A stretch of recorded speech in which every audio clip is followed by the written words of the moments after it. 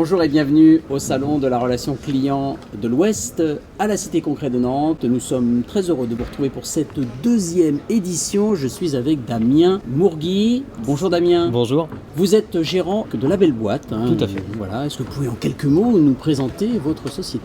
Oui, La Belle Boîte, c'est une agence nantaise composée de 7 personnes qui existe depuis 8 ans maintenant et qui utilise les outils du théâtre et de l'improvisation théâtrale au service des entreprises dans deux contextes, un contexte événementiel et un contexte de formation. Alors quel est l'ADN de l'entreprise ? Qu'est-ce qui vous distingue finalement ? Alors ce qui nous distingue, c'est que on est impertinent dans la pertinence ou pertinent dans l'impertinence, comme on veut, mais l'idée c'est qu'on s'empare du contenu des messages d'une entreprise, qui soit RH, management, communication, et on vient dans un temps d'événementiel de l'entreprise transformer ce contenu, le mettre en valeur par les outils du théâtre et de l'impro.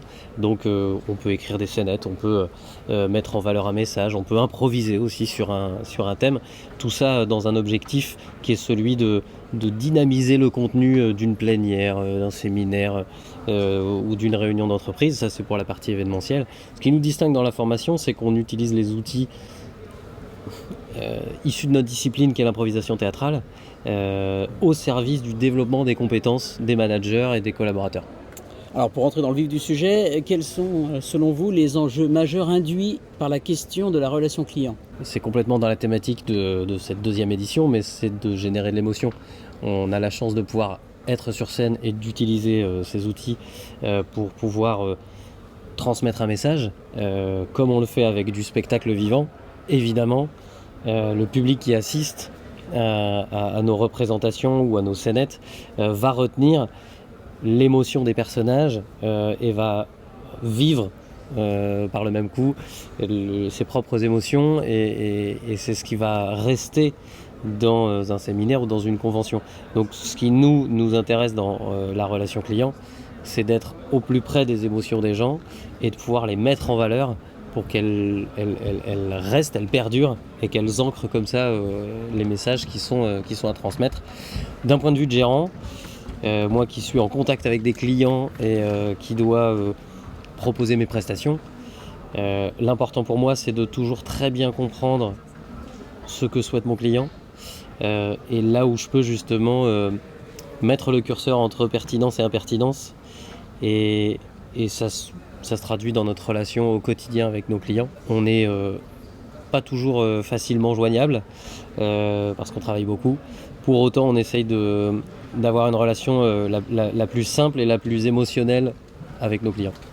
Alors selon vous, quelles seraient les 2-3 clés d'une relation client réussie ? Se dire la vérité, je pense que c'est le premier point. Se dire la vérité, être honnête dans ce qu'on sait faire, dans ce qu'on ne sait pas faire. Cette sincérité, je pense qu'elle est essentielle.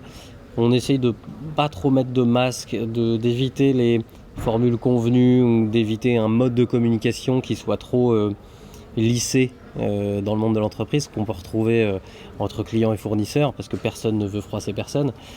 Si nous on a quelque chose à dire, même si ça gratte un peu, on va le dire.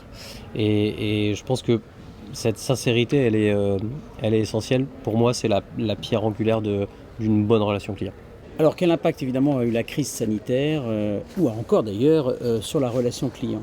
Alors ça a changé pas mal de choses pour nous dans notre métier, puisque notre métier est d'intervenir sur scène pendant des conventions ou des séminaires. On est très lié au secteur de l'événementiel.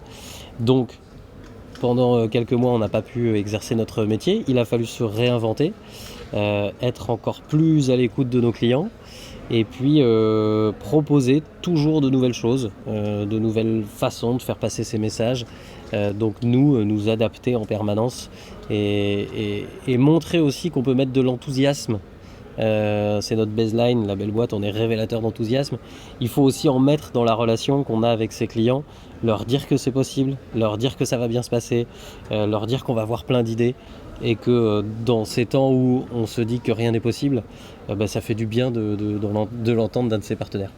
Le port du masque, par exemple, pour vous, c'est un handicap ou vous en avez fait une force, vous avez su rebondir?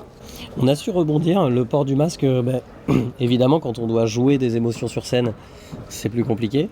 Mais quand c'est indispensable, on le fait.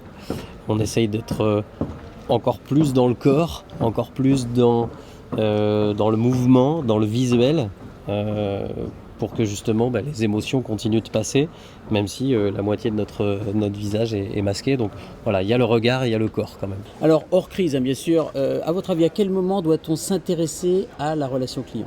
Moi, je vais faire une réponse bateau, je pense, mais on s'y intéresse tout le temps. On s'intéresse avant d'être en contact avec son client. On s'y intéresse pendant qu'on est en relation avec lui. Et même si, et je l'avoue très humblement, nous aussi, on a des progrès à faire dans notre relation avec nos clients, dans la disponibilité.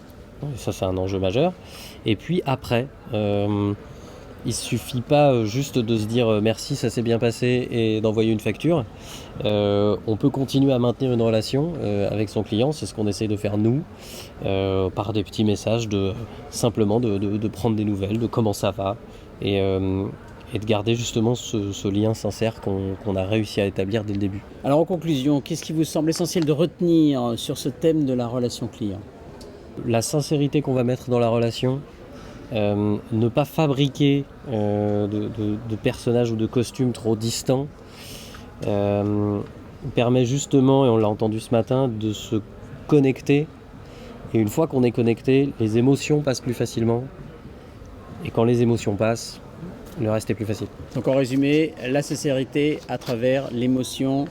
Merci Damien Mourgui d'être venu sur notre plateau. Restons en contact bien sûr. Vous pouvez nous retrouver sur notre site www.relationclient-ouest.fr et bien évidemment sur les réseaux sociaux. Merci de votre attention. On se retrouve l'année prochaine.